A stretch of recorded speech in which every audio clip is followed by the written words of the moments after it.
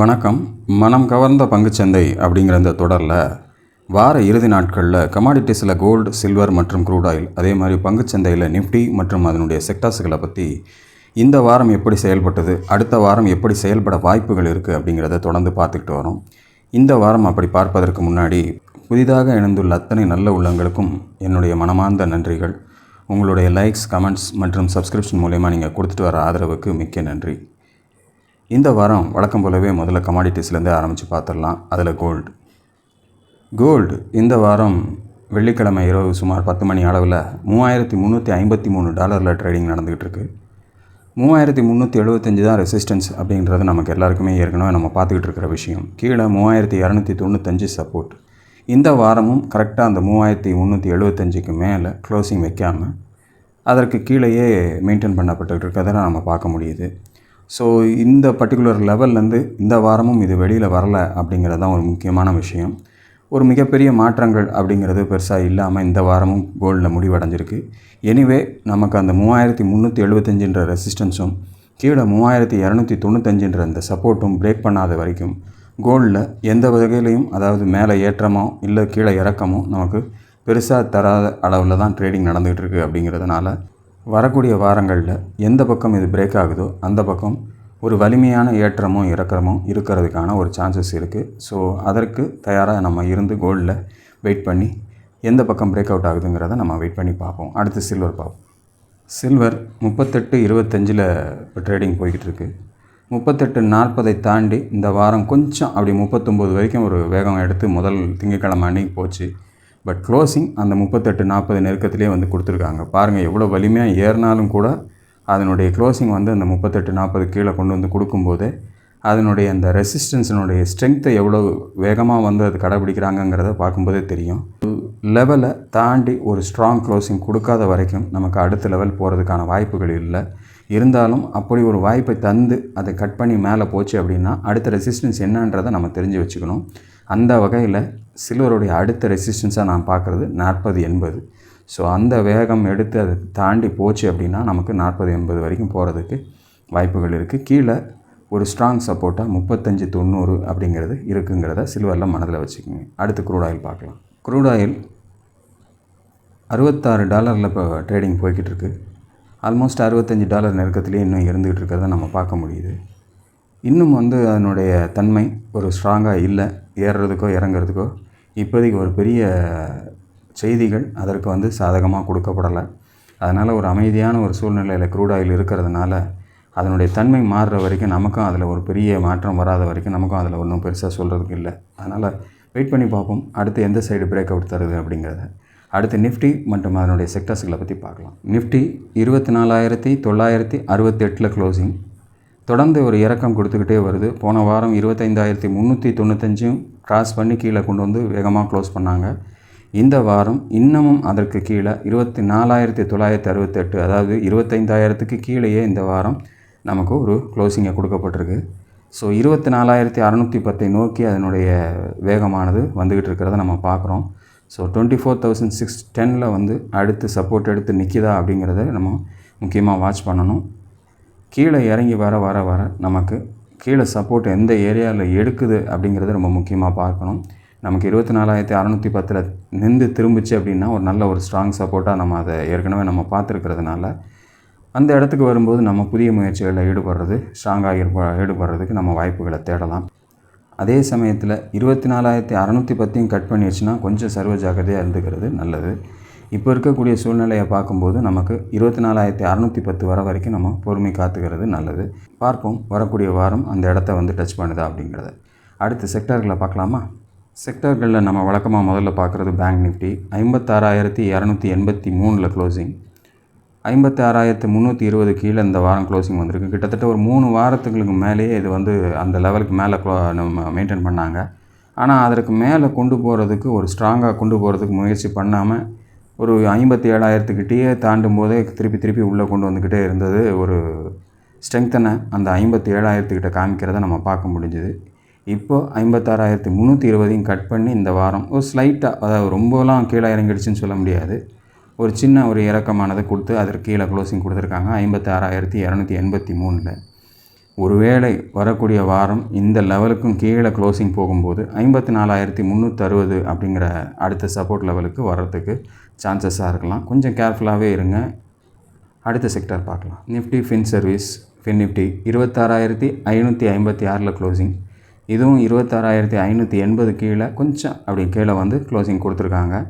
So அந்த support level அப்படிங்கிறத கொஞ்சம் தாண்டி கொண்டு வந்து நிறுத்தியிருக்கிறதுனால இந்த வாரத்தினுடைய லோவை இதுவும் பிரேக் பண்ணிச்சுன்னா கொஞ்சம் வேகமாகவே இறங்குறதுக்கு வாய்ப்புகள் ஆகலாம். கீழே சப்போர்ட்டுன்னு பார்த்திங்கன்னா 24,750 அப்படிங்கிறது கொஞ்சம் கேப் பெருசாகவே இருக்கிறதுனால ரொம்ப ஜாக்கிரதையாகவே பார்க்கணும். ஒரு வேளை இந்த இறக்கமானது ஒரு ஃபால்ஸ் பிரேக் டவுனாக இருந்துச்சு அப்படின்னா மறுபடியும் மேலே வேகமாக திரும்புறதுக்கு சான்சஸாக மாறிடலாம். ஏன்னா அந்த இடத்துலேருந்து அது திரும்புது அப்படின்னா ஷார்ட் போகணுன்னு நினச்சவங்க டக்குன்னு அவங்க பொசிஷனை க்ளோஸ் பண்ணாங்க அப்படின்னாலே மறுபடியும் அது வேகமாக மேலே போகிறதுக்கு ஒரு சான்சஸாக மாறிடும். ஸோ கேர்ஃபுல்லாக வாட்ச் பண்ணுங்கள். இந்த மாதிரி ஒரு டிப்பில் வந்து நிற்கும்போது வரக்கூடிய வாரம் எப்படி அதனுடைய செயல்பாடுகள் இருக்குது அப்படிங்கிறத நம்ம பொறுமையாக வாட்ச் பண்ணணும். ஒரு 2 நாள் விட்டுட்டால் கூட பிரச்சனை கிடையாது. அந்த க்ளோசிங் எப்படி வருது, அடுத்தடுத்து எப்படி கீழே க்ளோசிங் வருதா அப்படிங்கிறத பார்க்கணும். இறக்கமாக வருது அப்படின்னா நமக்கு நல்ல சப்போர்ட் ஏரியாவுக்கு வர்ற வரைக்கும் நம்ம காத்திருந்து பண்ணுறது தான் சேஃப். அடுத்த செக்டார் பார்க்கலாம். நிஃப்டி ஐடி போன வாரம் 38,840 ஒரு கேப் டவுனில் க்ளோசிங் வந்துச்சு. இந்த வாரம் அதை நெருக்கி அப்படியே நிறுத்திட்டாங்க. ரொம்ப பெருசாலாம் இந்த வாரம் பெரிய மூமெண்ட்லாம் கிடையாது. அப்படியே ஒரு பக்கமாக நின்றுருச்சு. 37,141 தான் இந்த வாரத்தினுடைய க்ளோசிங். கொஞ்சம் நடுவில் நின்றுக்கிட்டு இருக்குது, இந்த பக்கமாக அந்த பக்கமான்ற மாதிரி. எனிவே 38,840 தான் வந்து ரெசிஸ்டன்ஸ். கீழே பார்த்தீங்கன்னா 35,400 அப்படிங்கிறது தான் முக்கியமான சப்போர்ட். ஸோ அடுத்த வாரம் எப்படி அதனுடைய செயல்களை மாற்றிக்குது அப்படிங்கிறத பொறுத்திருந்து பார்ப்போம். அடுத்த செக்டார் நிஃப்டி பார்மா 22,592 க்ளோசிங். 22,695 தான் வந்து ரெசிஸ்டன்ஸ் ஏரியா. அதுலேருந்து ஒரு 100 புள்ளிகள் கீழே கொண்டு வந்து நிறுத்தியிருக்காங்க. ஸோ டச் பண்ணியிருக்காங்க, இந்த வாரம் போய் அந்த லெவலை டச் பண்ணியிருக்காங்க. இவ்வளோ இறக்கங்கள் மார்க்கெட்டில் இருந்தாலும் கூட இந்த பர்டிகுலர் செக்டார் வந்து ஒரு ரெசிஸ்டன்ஸ் ஏரியாவை போய் டச் பண்ணியிருக்கு. பட் க்ளோசிங் அதற்கு மேலே வைக்க முடியல அப்படிங்கிறது தான் இப்போதைக்கு இருக்கக்கூடிய சூழ்நிலை. ஸோ ஒருவேளை வரக்கூடிய வாரம் அதை கடந்து ஒரு க்ளோசிங் கொடுத்தாங்க அப்படின்னா 23,100 தான் அடுத்த ரெசிஸ்டன்ஸ். வாய்ப்பு தராமல் கீழே வரக்கூடிய சந்தர்ப்பம் ஏற்பட்டுச்சுன்னா 21,950 அப்படிங்கிறது தான் முக்கியமான சப்போர்ட்டாக இப்போதைக்கு நிஃப்டி பார்மாவில் இருக்குது அப்படிங்கிறத மனதில் வச்சுக்கோங்க. அடுத்த செக்டார் நிஃப்டி எஃப்எம்சிஜி 56,506 க்ளோசிங். இதுவும் ஒரு நல்ல ஏற்றத்தை கொடுத்துருக்கு. வியாழக்கிழமை வரைக்கும் தொடர் ஏற்றமாக தான் ஏறி இருக்குது. இன்றைக்கி தான் வந்து ஒரு இறக்கத்தை கொடுத்து க்ளோசிங் கொடுத்துருக்காங்க. 56,506 க்ளோசிங். 57,000 ஆல்மோஸ்ட் நேற்று டச் பண்ணியாச்சு. ஸோ ரெசிஸ்டன்ஸை டச் பண்ண ஒன்றும் ஸ்ட்ராங்காக அந்த இடம் இருக்கிறதுனால அதை கடந்து செல்ல முடியாமல் இந்த வெள்ளிக்கிழமை அன்றைக்கி ஒரு இறக்கத்தை கொடுத்து ஒரு 500 புள்ளிகள் கீழே வந்து க்ளோசிங் கொடுத்துருக்காங்க. ஸோ முடியல அப்படின்னா மறுபடியும் 55,700 சப்போர்ட்டை நோக்கி வருவாங்க.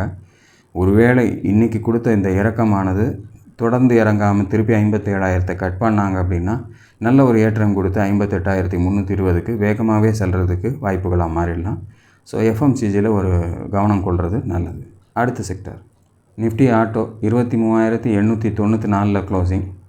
இதுவும் இந்த 24,040 ரொம்ப கஷ்டப்பட்டு உடைக்கிறதுக்கு முயற்சி பண்ணிகிட்டு இருக்க ஒழிய போகவே முடியல.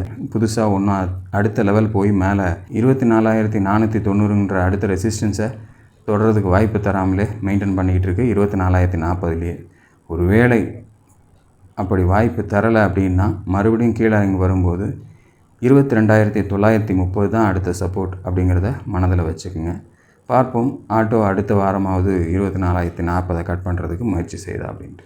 அடுத்த செக்டார் நிஃப்டி ரியாலிட்டி 999 க்ளோசிங். 1040 கொஞ்சம் கொஞ்சமாக இறங்கி வந்து 965 அந்த சப்போர்ட் எடுத்து ஒரு யூட்டர்ன் பண்ணியிருக்கு. ஸோ மறுபடியும் 1040 நோக்கி கொஞ்சம் கொஞ்சமாக அதனுடைய பயணம். குறிப்பாக இந்த கடைசி நாளை தவிர மற்ற எல்லா நாட்களும் தொடர்பு ஏற்றமாக தான் ஏற்றிக்கிட்டு போயிருக்காங்க. அடுத்த ரெசிஸ்டன்ஸ்னு பார்த்திங்கன்னா 1040 கீழே பெஸ்ட்டு சப்போர்ட்டாக இப்போது 965 மாறி இருக்குது நிஃப்டி ரியாலிட்டியில் பொறுத்தளவில். அடுத்த வாரம் அந்த ரெசிஸ்டன்ஸை நோக்கி நெருங்குதா அப்படிங்கிறத வெயிட் பண்ணி பார்ப்போம். அடுத்த sector Nifty metal 9,458 closing.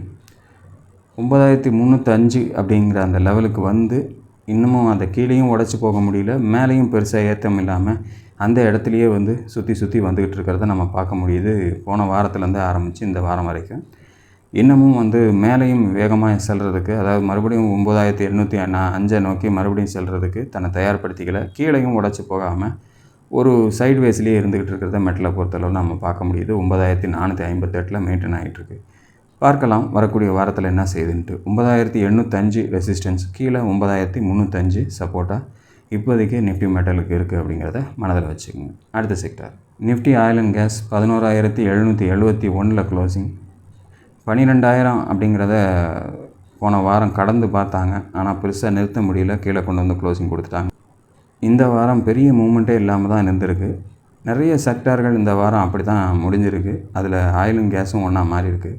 So 12000 அப்படிங்கிறது தான் ரெசிஸ்டன்ஸ், கீழே 11480 அப்படிங்கிறது தான் ஒரு சப்போர்ட்டாக இருந்துக்கிட்டு இருக்குது. இன்னமும் அந்த மேலே இருக்கக்கூடிய லெவலையும் கட் பண்ணலை, கீழேயும் இறங்கி வர்றதுக்கு தயாராக இல்லாமல் ஆயில் அண்ட் கேஸும் இருந்துக்கிட்டு இருக்குது.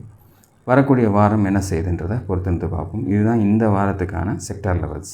நிஃப்டியை பொறுத்தளவில் இந்த வாரம் ஒரு மிகப்பெரிய மாற்றத்தை தராமல் க்ளோசிங் கொடுத்தது மாதிரியே நிறைய செக்டார்களும் இந்த வாரம் அப்படி ஒரு க்ளோசிங்கை தான் கொடுத்துருக்காங்க. ஒரு சில செக்டார்கள் சற்றே கொஞ்சம் அதனுடைய தன்மையிலேருந்து மாறி ரெசிஸ்டன்ஸ் லெவலில் நெருங்கியிருந்தாலும் அதிகப்படியான செக்டார்கள் மிகப்பெரிய மாற்றங்கள் இல்லாமலோ இல்லாத கீழே இறங்கி வந்து க்ளோசிங் கொடுக்குற மாதிரியான நிலைமையில் தான் கொடுத்துருக்கு. ஸோ எப்படி பார்த்தாலும் 25000க்கு கீழே நிஃப்டி வந்திருக்கிறது அப்படிங்கிறது கொஞ்சம் நெகட்டிவாக தான் இருக்குது. இருந்தாலும் 24610 கிட்ட வரும்போது என்ன செய்ய போகுது அப்படிங்கிறத நம்ம பொறுத்திருந்து பார்க்கலாம். வரக்கூடிய வாரம் ஒரு நல்ல சந்தர்ப்பங்களை தருதா நிஃப்டிங்கிறத காத்திருந்து பார்ப்போம். அடுத்த வீடியோவில் உங்களுக்கு என்னுடைய தேர்வுகளாக நான் தேர்ந்தெடுக்கக்கூடிய சில ஸ்டாக்குகளை உங்களோடு பகிர காத்து கொண்டு இருக்கிறேன். அதுவரையில் நன்றி, வணக்கம்.